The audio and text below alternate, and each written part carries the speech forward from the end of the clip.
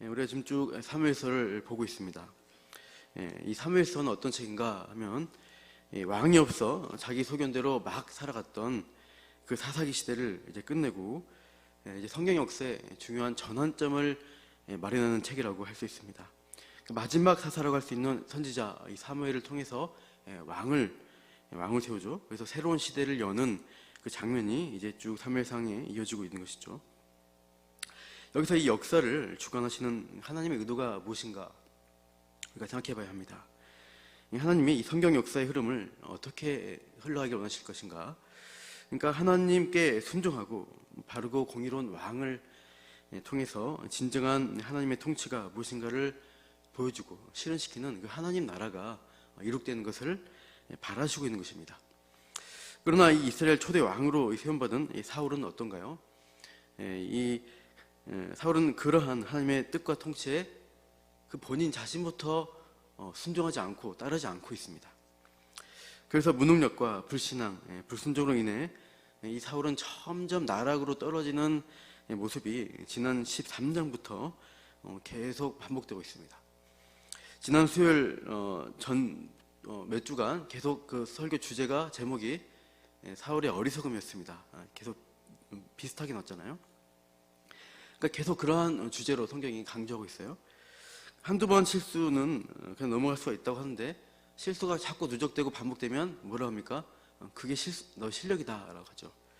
그러니까 사울의 이 신앙 수준이 말로만 이렇게 하나님 이렇게 외치고 하는데 실제로는 수준이 한참 아래 수준 이하라는 것을 알 수 있습니다.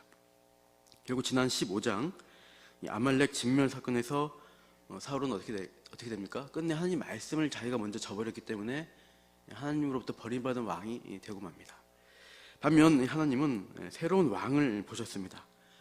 외모가 아닌 중심을 보신 왕 제목감, 그가 다윗입니다. 이제 본문에 다시 16장이 등장했고 쭉 17장도 나오는데 다윗은 점점 부각됩니다. 이렇게 높여집니다. 사울은 점점 가라앉는데 반해서 다윗의 능력과 지혜로움은 부각되는 것이죠. 그렇지만 이 실제적인 상황과 환경은 겉보기는 그렇지 않습니다. 현실적으로 갑은 여전히 사울이고 을은 다윗입니다. 살기 등등한 사울은 여전히 권력을 쥐고 다윗을 죽이려고 하고 힘없는 다윗은 계속 쫓겨다니는 모습이 사무엘상 전반에 걸쳐 있습니다. 그런데 다른 측면, 영적인 측면, 하나님이 함께 하시는 그 신앙적 측면으로는 다윗은 그런 고난 가운데 계속 성장해 나가고 사울은 점점 추락하는 상태에 있다는 것이죠. 오늘 보면 17장 이 골리앗 대결에서도 이 사울보다 뛰어난 믿음을 가진 용사로서의 다윗이 부각됩니다. 앞에 이제 16장 뒷부분에 음악가로서의 모습이 있었는데 이제는 용사로서 만천하에 대위하는 장면이 17장 본문에 나옵니다. 사건에 앞서서 이제 이 골리앗 사건에 앞서서 본문 1절에서 3절 보시면 당시의 이제 배경 정황을 소개하고 있어요. 그러니까 블레셋 군대가 다시 싸우려고 이스라엘 땅에 들어온 것을 이제 말씀하고 있습니다. 그러니까 블레셋은 요나단 때 패배한 게 굉장히 아쉬웠던 것입니다. 분명 그때 전력상 블레셋이 압도적이었어요. 철기 무기라고 하는 것, 그 당시 이제 최첨단 무기인데 그것을 가지고 있는 사람은 사울 왕과 요나단 뿐이었습니다. 다른 백성들은 농기구 수준의 무기, 군사 숫자도 600명 정도밖에 안 되는 굉장히 적은 약한 군대였어요. 블레셋과의 전력 차이를 따지면 10배가 훨씬 넘는다고 할 수 있습니다. 그러니까 블레셋 군대는 마병이 6,000명이라 했습니다. 마병, 기병만 해서 6,000명, 10배가 넘죠.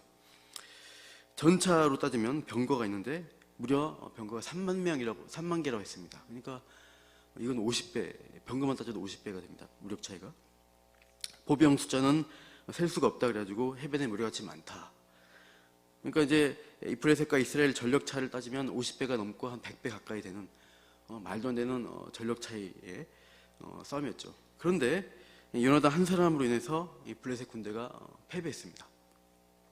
근데 돌아보니까 블레셋 사람들 보니까 너무나 말도 안 되는 결과였어요. 너무 수치스럽다는 거죠. 설욕해야 되겠다, 복수해야겠다, 더 강력한 용사들을 앞세워가지고 이번엔 제대로 싸우자, 우리가 이길 수 있다.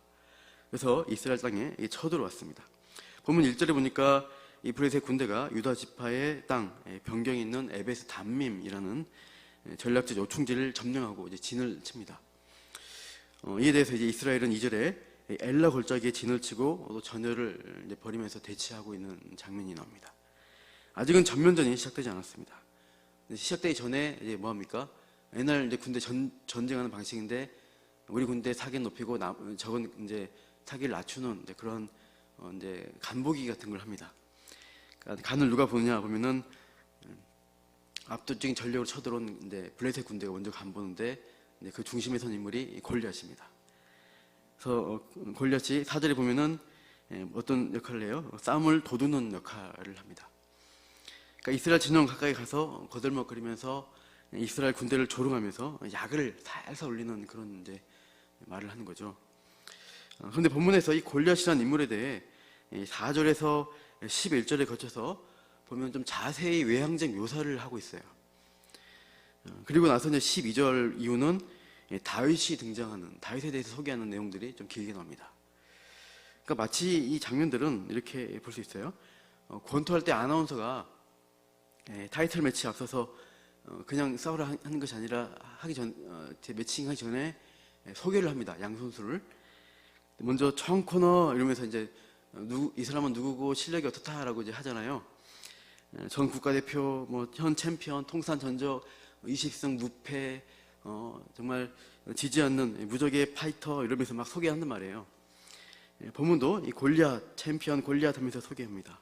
키는 거의 3m에 육박하고 주력 무기는 무시무시한 창이다 하면서 창자루가 큰 이 옷과 만든 배틀체 같은 큰, 그리고 그 창날은 가장 강한 금속인 쇠로 철로 해놓은, 또 무게가 7kg 가까이 나가는 최첨단 무기를 가진 자로서 소개하고, 온몸에는 비늘 갑옷으로 완전 무장했다라고 4절에서 7절 쭉 그의 장비, 무기에 대해서 묘사하고 있습니다. 그리고 아나운서가 이 경기에 앞서서 이제 인터뷰를 하는 거예요. 골리앗 선수, 경기에 임하는 포부를 한마디 해보십시오 라고 하는 거예요. 그러니까 골리앗이 뭐라는 거예요? 자신 있는 사람 있으면 다 나와보라고. 나를 이기면 우리 블레셋 민족 전체가 노예가 되기로 했어. 그렇지만 내가 이긴다면 너희 이스라엘이 우리 모두의 노예가 되어야 되는 거야. 자신 있으면 누구라도 나와봐. 이렇게 골리앗이 말하는 거죠. 9절 보십시오. 본문에 그가 나와 싸워 나를 죽이면 우리가 너희의 종이 되겠고, 만일 내가 이겨 그를 죽이면 너희가 우리의 종이 되어 우리를 섬길 것이니라. 이렇게 이제 막 조건을 걸면서 말해요. 10절 보시면 이제 이렇게도 말합니다. 내가 오늘 이스라엘의 군대를 모욕했는데, 모욕했다는 거예요. 너희들을 대놓고 모욕했다. 내가 가만히 있을 거냐? 나와 싸울 사람 보내라. 계속 이렇게 시비를 겁니다. 이 경기장 분위기가 어떨까요? 이거 이제 전쟁터지만 경기장을 생각하면 블레셋 편에 있는 사람들은 와, 우리가 이긴다라고 이제 사기가 올라갑니다. 반대편에 있는 사울과 이스라엘은 어떻게 될까요? 대적 도전자가 없어요. 다 숨어 있습니다. 우리 11절 말씀 같이 읽겠습니다. 시작. 사울과 온 이스라엘이 블레셋 사람의 이 말을 듣고 크게 놀라 크게 두려워하니라. 놀라고 두려움에 빠져버립니다. 감히 누구 도전자 한 사람 나와서 싸울 생각을 안 해요. 못 해요. 이거 이제 속된 말로 하면 쫄았다는 거예요. 완전히 어떻게 할 수가 없는 상태. 그 승승장구하는 청코너의 분위기, 이 골리앗 편의 분위기를 우리가 감지하게 됩니다. 이때 등장하는 인물이 하나님이 준비한 사람 다윗입니다. 홍코너 아무도 없는 줄 알았는데 도전자인 다윗이 등장하는 거예요. 지금 우리 편에도 골리앗과 싸울 도전자가 등장했다, 와 해야 될 것 같은데 하려다가 심히 걱정스러운 분위기가 연출됩니다. 왜냐하면 체급 차이가 굉장히 커요. 골리앗은 무제한 헤비급이라고 할 수 있습니다. 다윗은 그 권투 체급 중에 제일 낮은 게 이제 45kg 이하가 핀급이래요. 왜 핀인지 아세요? 그리고 오핀처럼 그 가늘고 가볍다고 해가지고 핀급이라 합니다. 그 핀급 위에 있는 것 체급이 보니까 플라이급이라고 있습니다. 플라이. 그 플라이가 보니까 파리입니다. 파리 같이 가볍다. 그 위에는 패도급이 있어요. 패던은 깃털입니다. 깃털처럼 가볍다. 그러니까 이런 급 수준. 그러니까 다윗은 골리앗에 비하면은 깃털, 파리, 핀 급입니다. 체급 차이가 상대가 안 되죠. 근데 도전자로 하나님이 세워진 거죠. 그러니까 하나님이 세우신 것이죠. 사람의 생각으로 세울 수가 없는데 하나님이 그 자리로 보내셨습니다. 그리고 결과적으로는 하나님이 이길 수 있게 해주신 것이죠. 이 다윗이 외모나 전적이 화려해서 그 자리에 세워진 게 아닙니다. 다윗의 중심에서 나오는 믿음, 순수한 열정 때문에 하나님이 다윗을 세우시고 다윗과 함께 싸워주신 것입니다. 다윗이 원래는 싸우러 오지 않았습니다. 본문 보시면 그러니까 그냥 형들 만나러 온 건데 위문하러 온 것이죠. 근데 이 골리앗의 도발에 분노, 거룩한 분노가 일어나서 그에 대해서 이제 대답을 하는 걸 볼 수 있어요. 이 다윗 골리앗의 도발에 대한 도전자 다윗의 답변이 26절에 나옵니다. 17장 26절 한번 읽어볼까요? 시작. 다윗이 곁에 서 있는 사람들에게 말하여 이르되 이 블레셋 사람을 죽여 이스라엘의 치욕을 제거하는 사람에게는 어떠한 대우를 하겠느냐. 이 할례받지 않은 블레셋 사람이 누구이기에 살아계시는 하나님의 군대를 모욕하겠느냐. 다윗은 이 싸움에서 이 골리앗이라는 거인 장수를 보고 있지 않습니다. 그가 하는 말 가운데 있는 하나님과 하나님의 백성, 하나님의 나라의 영광과 이름을 무시하는, 모욕하는 그 말에 분노하는 거예요. 그러니까 다윗은 그 하나님 나라를 바라보면서 이 골리앗의 발언에 화가 난 것입니다. 다윗이 가진 신앙이 잣대로 올 때 이 골리앗의 발언은 가만두면 안 되는 것입니다. 신성모독이고 치욕으로 느끼고 있습니다. 내가 당한 치욕은 아니지만 하나님이 당한 치욕, 그 공동체가 당한 치욕은 더 큰 화를, 신앙으로 볼 때 순수한 신앙에서 이제 분노가 일어나게 되죠. 이렇게 믿음에 입각한 다윗의 언행이 이렇게 계속 믿음의 사람으로 부각이 되고 있는 장면을 봅니다. 반면에 사울은 어떻게 하고 있죠? 아까 11절 보신 대로 사울은 숨어서 벌벌 떨고 있어요. 겉으로는 태어난 척 왕자 있겠지만 속으로는 싸울 용기가 없습니다. 16장에서 이미 다윗은 기름 부음 받은 자로 등장했습니다. 근데 다윗의 면모를 계속 부각하는 장면이 17장 드러내면서 다시 새롭게 다윗의 용사로서의 모습을 보여주는데, 그러니까 주인공은 계속 늦게 보여주는 장면이 이렇게 성경에 많이 있어요. 주인공은 뒤에 나옵니다. 항상 16장에서도 다윗이라는 이름이 나오는데 뜸을 참 많이 들인 것을 우리가 봤죠. 16장 1절에 보시면 이세 아들에게 기름 부으라 했는데 그게 누군지 안 밝혀줬어요. 그러다가 첫째 아들인가 해서 엘리압인가 해서 주려는데 주지 마라 그러고, 아니다 하니까 둘째 아비나답인가 하니까 아니라 그러고, 셋째 삼만가 아니다 그러고, 그럼 차례차례로 7자들 다 아니라고 하면서 마지막에 양치로 나간 막내를 부르니까 그제서야 이 다윗이 합한 사람이다 하면서 기름을 붓게 됩니다. 그러니까 다윗을 참 뒤에 보내고 있습니다. 16장 14절 23절에 수금 타는 다윗의 모습을 비춰줬습니다. 그러니까 이 다윗의 영성인데요, 시편의 거의 상당수가 다윗의 시인데요, 그만큼 음악적 재능이 있습니다. 이 음악적 재능이 자기를 드러내는 과시하는 게 아니라 하나님의 어떤 성품을, 하나님을 찬양하는, 또 기도하는 데 쓰여진 찬양 시편이었습니다. 사울은 기름 부음 받았던 택한 자에서 버림받았는데 다윗이 새롭게 기름 부음 받고 사울은 성령이 떠나고 악령이 더럽히게 되죠. 번뇌에 빠져서 괴로워하는데 다윗은 하나님을 찬양하고 예배하는 음악 재능으로 서로 대조시키는 모습으로 계속 이어지고 있고, 11장에서 전장에서도 사울을 능가하는 다윗의 용기와 신앙을 볼 수가 있습니다. 근데 그럼으로써 이 하나님의 왕권에 있어서 사울은 점점 가라앉고 있고 다윗은 부각된다. 이 본격적 과정을 사무엘하 8장까지 쭉 우리가 앞으로 보게 될 것입니다. 사울은 점점 몰락합니다. 다윗은 점점 강성하고 하나님이 원하시는 그 왕권을 수립할 것입니다. 그런데 하나님이 원하시는 이 왕의 요건, 왕의 자질이 무엇이냐? 그 중심에 있는 믿음이라는 것을, 어떤 순수한 신앙의 열정이라는 것을 우리가 본문을 통해 확인할 수 있습니다. 그러니까 눈에 보이는 외모나 배경 이런 것들을 믿는, 그것을 자랑하는 이 세상 가운데 하나님은 누굴 찾으시냐면은 보이지 않는 하나님을 신뢰하고 믿는 그 중심에 있는 사람을 찾고 계세요. 그 사람을 하나님의 통치를 대리할 사람으로 세우셔서 그 왕국의 어떤 뜻을 이루시는 것입니다. 그래서 먼저는 사람이 보기 맞다고 하는 어떤 대상들을 이렇게 보여주고 다 허물어 버리세요.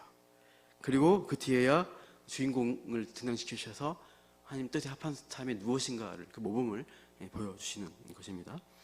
이 사무엘서에서도 먼저 세상에서 똥덩그릴 수 있는 사람의 전형이 골리앗과 또 그 앞에는 사울인 것입니다. 우리에게 왕을 달라 백성들이 사무엘서 앞에 요구했죠. 그래서 하나님은 외모적으로 보통 사람보다 훨씬 키가 큰 어깨 위나 키가 큰 사울을 보여주셨습니다. 보라, 너희 왕이 여기 있다. 이렇게 잘못된 얘기지만 제시합니다. 백성들이 세상적인 잣대로 왕을 보였기 때문에 하나님도 그에 맞게 그에 맞는 왕을 보여주셨던 것이죠. 그러나 곧 아니다 하는 게 판명됩니다.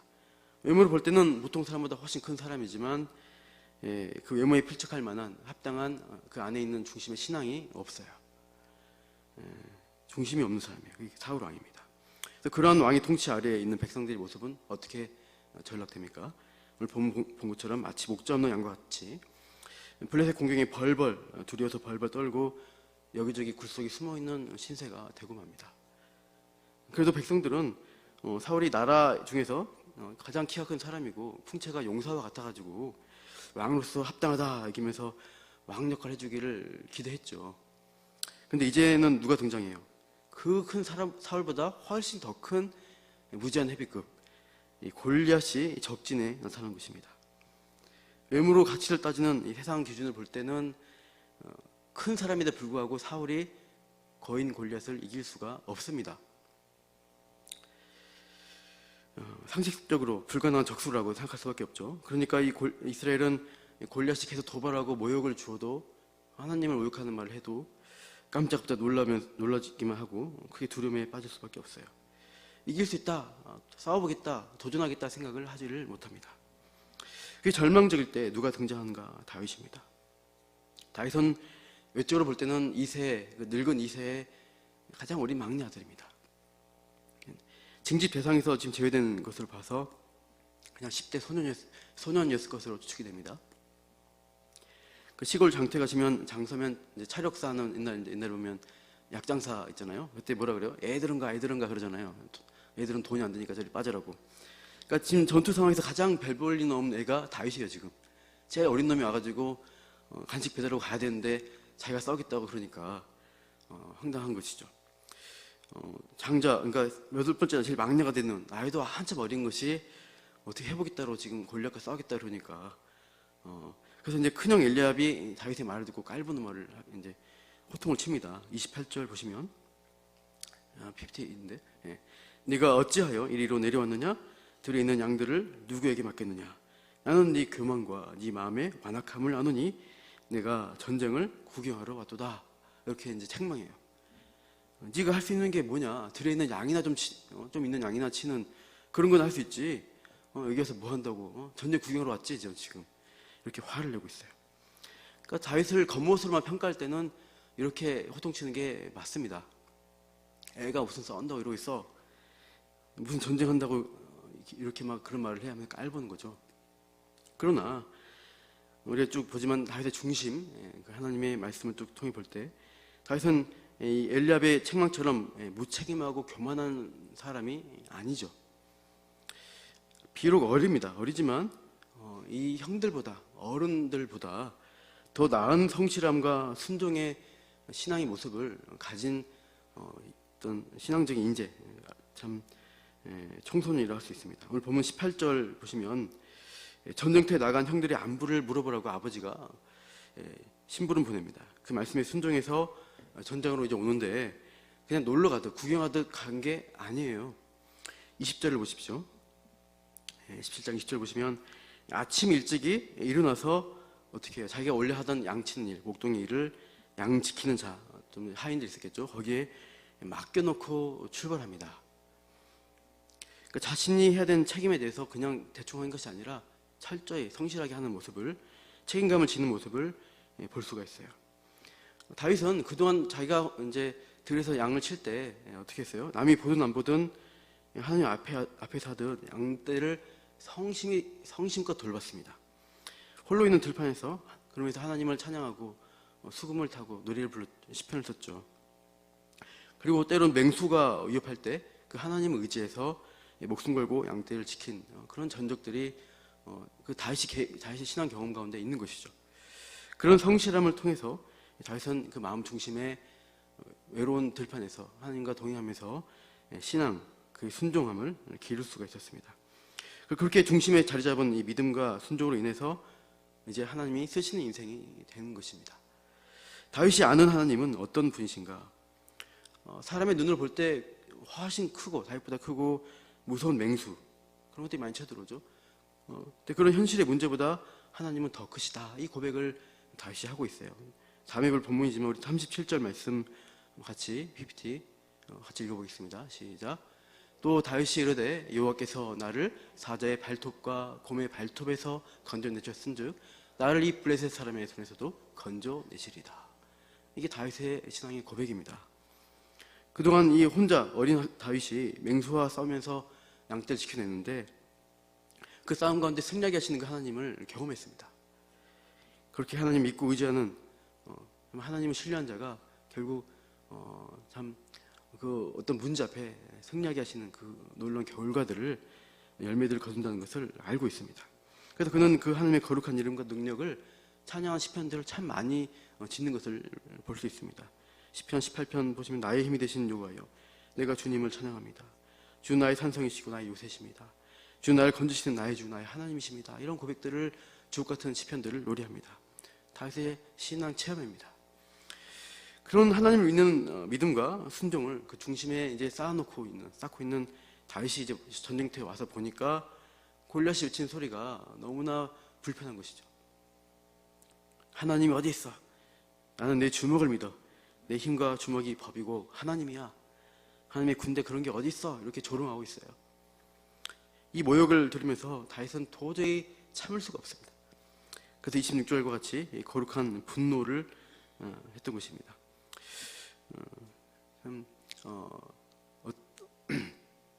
그렇게 이 할례받지 않는 블레셋 사람이 누구에게 살아계신 하나님 그 군대를 모욕할 수 있냐? 감히 할 수 없다. 이렇게 거룩한 분노를 표하고 있죠. 내가 만난 하나님은 살아계신 분이야. 눈에 보이지 않아도 분명 살아서 역사한 분인 것을 내가 경험했어. 나는 그분을 알아. 나는 그분을 찬양할 것이고 믿고 의지하며 싸울 거야. 이 고백이 다윗의 입술 가운데 표현되고 있습니다. 이렇게 외치고 고백하면서 믿음의 삶의 증거들이 나타나는데요. 그러니까 하나님이 계시나 안 계시나 어떻지? 어떤 문제가 생겼을 때 해결 안 되고 있습니다. 그러면 어떡하지? 하나님이 안 계시나 보네. 내 기도 응답하지 않으시네. 하나님은 선하지 않으신가 봐. 힘이 없으신가 봐. 이런 불신앙적인 반응으로 움켜드는 것은 바른 신앙이 아닌 것입니다. 저와 여러분 중심에 다윗과 같은 확실한 믿음을 우리가 쌓고 채우는 그런 성장들이 있어야 할 것입니다. 먼저는 우리가 적용한다면 믿는 하나님과 말씀과 신앙을 흔들고 넘어뜨리려고 하는 이 세상을 향해서 거룩한 분노로 우리가 반응할 수가 있어야 합니다. 지금 시대 이제 사상이라는 것은 이전 시대는 모더니즘이라는 시대라고 하고 지금 이제 포스트 모던이라 합니다. 이것은 어떤 기준점이 없다는 겁니다. 절대적인 진리는 없다. 다 상대적이다. 너도 옳고 나도 옳고 다 옳다. 서로 존중하는 게 너무 좋은 것이지. 이렇게 하는 시대입니다. 그러니까 어떻게 해요? 다른 종교 다 인정해주자. 혼합되자. 다 으쌰으쌰하자. 불교, 종교, 천주교 다 하나가 되어서 같이 하자. 이런 식으로 섞어버립니다. 소수자 권리를 강조하다 보니까 또 인권 향상이라는 좋은 측면도 있지만 어떻게 돼요? 질서가 다 무너지고 성경적 기준들도 다 무시하는 시대를 지금 우리 시대가 보여주고 있습니다. 가정이 파괴되고 있습니다. 혼자 살아도 돼? 괜찮아? 이렇게 하고 있죠. 가정을 지켜야 된다는 것도 별로 없습니다. 성적 문란에 대해서 기준도 없어져 있고 성별 기준도 굉장히 모호해지는 시대가 되고 있습니다. 이런 시대들 보면서 참 이 시대를 가운데 우리가 참 거룩한 분노를 표해야 될 것입니다. 우리 고린도후서 10장 4절 말씀 한번 읽어볼까요? 10장 4절 5절 시작. 우리의 싸우는 무기는 육신에 속한 것이 아니오 오직 어떤 견고한 진도 무너뜨리는 하나님의 능력이라. 모든 이론을 무너뜨리며 하나님 아는 것을 대적하여 높아진 것을 다 무너뜨리고 모든 생각을 사로잡아 그리스도에게 복종하게 하니. 우리가 이 싸움을 하는데 영적인 싸움, 신앙적 싸움입니다. 근데 이 신앙 싸움 가운데 하나님의 이 말씀의 기준, 사상, 이론 이런 것들을 우리가 계속해서 지키고 표현하고 나타낼 필요가 있습니다. 그러니까 가만히 그냥 이 세상 방식이 맞는가 하면서 따라가는 게 아닙니다. 교회는 어둘수록 더 빛으로 우리의 이 성경적 가치관들을 나타내고 그것을 살아내야 할 것입니다. 세상은 세상대로 계속 타락해 갈 것입니다. 어쩔 수 없습니다. 그러나 우리가 또 천황에도 있지만 이것 또한 지나갑니다. 항상 세상 역사들이 사조들이 이렇게 오다가 또 식상해지면 유행 지나면 다시 또 시들어집니다. 항상 그렇게 흘러왔어요. 들보처럼 일어났던 지난 시대 공산주의, 전체주의 국가들 어떻게 됐습니까? 지금은 그 사상들 다 거의 포기했습니다. 또 이제 이 시대 되니까 또 포스트 모던이라는 새로운 가치관으로 어떤 문화적인 접근으로 이제 기독교 가치를 공격하고 있지요. 그러나 세상 역사들은 항상 그렇게 변해오고 계속 바뀝니다. 그러나 우리 기독교인들은, 성도들은 어떻게 했습니까? 항상 불변하는 하나님의 말씀으로, 진리로 기준을 가지고 살아왔습니다. 말씀은 변하지 않습니다.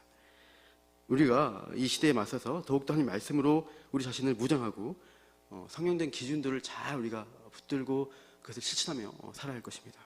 바른 가정, 바른 공동체, 바른 질서 가운데서 참으로 하나님이 원하시는 사랑과 은혜가 무엇인지를 이 세상에 보여주는 교회가, 성도들이 되기를 축복합니다. 두 번째로 우리가 거룩한 분으로 대할 것은 우리 자신 안에 대해서, 또 우리 교회 안에 있는 죄 문제, 인간적인 연약함과에 대해서 거룩한 분노를 표해야 될 것입니다. 골리앗은 외부에서 공격했습니다. 근데 우리 내부 안에도 골리앗이 있어요. 예수님이 말씀하신 남의 눈의 티가 아니라 우리 안에 있는 들보가 있습니다. 내 안에 있는 죄의 문제들, 내 죄를 관대하게 부르는 그런 습성들에 대해서 참 우리가 관대하게 하는 것이 아니라 거룩한 분노를 나 자신에게, 내 안에 있는 죄에 향해서 표해야 할 것입니다. 우리가 신앙 연수가 오래 되다 보면은 우리 신앙이 어떻게 됩니까? 습관적으로 이렇게 다니기 쉽습니다. 교회를 타성이 적고 죄와 피 흘리기까지 싸운다. 이것은 청년 때나 옛날에나 그랬지 하면서, 그냥 왕년에 그랬지 하면서 이렇게 적당하게 넘어가는 모습들 있지 않은가요? 싸우는 열정들이 다 신앙적 열정이 식어버리지 않았는가? 내 안에 있는 이 죄를 각성시키고 말씀에 부딪힐 때 그것을 향한 거룩한 분노를 다시 타오르게 일으켜야 하는 것입니다. 말씀으로 나를 점검하고 또 죄와 싸우면서 내가 멈춰있는 것이 아니라 성화의 길을 앞으로 전진하며 갈 수 있게 해달라고 계속 기도하면서 우리가 이 믿음의 길을 가야 할 것입니다. 또한 우리 교회 공동체 안에 들어와 있는 세상 가치들, 방법들, 그것에 대해서도 거룩한 분노를 우리가 나타내야 해요. 교회 안에서는 세상처럼 세상적인 평가를 가지고 사람을 평가하고 또는 이득을 추구하려고 하고 인간적 인기를 얻으려고 하는 공동체 되면은 그것은 세상과 다를 바 없는 변질된 공동체입니다. 기독교 공동체, 교회 공동체의 중심은 오직 그리스도가 중심이 되어야 합니다. 그리스도가 하신 것처럼 우리가 순종하며 그분의 십자가의 길을 가야 하는 것이죠. 그래서 요즘 빌립보서 책 말씀 보는 것처럼 나를 높이는 것이 아니라 옆에 있는 사람, 성도들, 연약한 지체를 높이는 공동체, 그리스도 하신 것처럼 그렇게 섬기는 공동체가 하나님이 원하시는 공동체입니다. 잘못된 모습들, 교만한 모습들, 죄의 모습들 볼 때 우리가 그런 현상들에 대해서 분노하면서 성경으로 계속 돌아가는 노력들을 해야 하는 것입니다. 히브리서 12장 3절 말씀 4절 5절 한번 읽어보겠습니다. 시작. 너희가 피곤하여 낙심하지 않기 위하여 죄인들이 이같이 자기에게 거역한 일을 참으신 일을 생각하라. 너희가 죄와 싸우되 아직 피 흘리기까지는 대항하지 아니하고 또 아들들에게 권한 것 같이 너에게 권면하는 말씀도 잊었도다. 이랬을 때 내 아들아 주의 징계하심을 경여기지 말며 그에게 꾸지람을 받을 때 낙심하지 말라. 성도를 향해서 권면하는 것입니다. 이렇게 죄와 싸울 때 그냥 내려놓는 거, 잠깐 포기하는 거예요. 그냥 편하게 하는 거예요. 대항하지 않는 것입니다. 그럴 때 정말 하나님의 참 아들이라면 하나님이 징계하신다는 것입니다. 징계하면서 꾸지람 받으면서 다시 일어나서 죄와 싸우라는 참 이 죄와의 성화의 싸움을 계속하도록 독려하는 말씀입니다. 우리가 이 죄와 필리까지 싸우는 그 모습들이 회복되길 바랍니다. 우리의 믿음은 멈추면은 안 됩니다. 성장하는 것이 바른 신앙이라고 할 수 있습니다. 멈추면 사울처럼 점점 나락으로 떠지고 결국 참 비참한 처지에 갈 수 있습니다. 진정한 신앙은 계속해서 깨어나고 싸우는 것입니다. 히브리서 마지막으로 10장 38절 39절 같이 읽겠습니다. 시작. 나의 의는 믿음으로 말미암아 살리라. 또한 뒤로 물러가면 내 마음이 그를 기뻐하지 아니하리라 하셨느니라. 우리는 뒤로 물러가 멸망할 자가 아니오 오직 영혼을 구원함에 이르는 믿음을 가진 자니라. 뒤로 물러가지 마십시오. 앞으로 전진해야 됩니다. 다시 쳐서 복종시키고 나아가 되고 내가 이렇게 있는 것에 대해서 거룩한 분노를 일으켜달라고 여전히 이 모양 이 꼴이냐 하면서 화를 내십시오. 나 자신을 향해서 기도하면서 호통치십시오. 내 가슴을 치십시오. 그러면서 하나님, 제가 성화의 길 다윗처럼 성장하는, 외모가 아니라 이 중심이 성장하는 신앙으로 나아가는 그런 거룩한 열정, 거룩한 분노를 일으켜 주옵소서. 함께 그런 마음으로 또 우리가 기도 시간 갖기를 원합니다.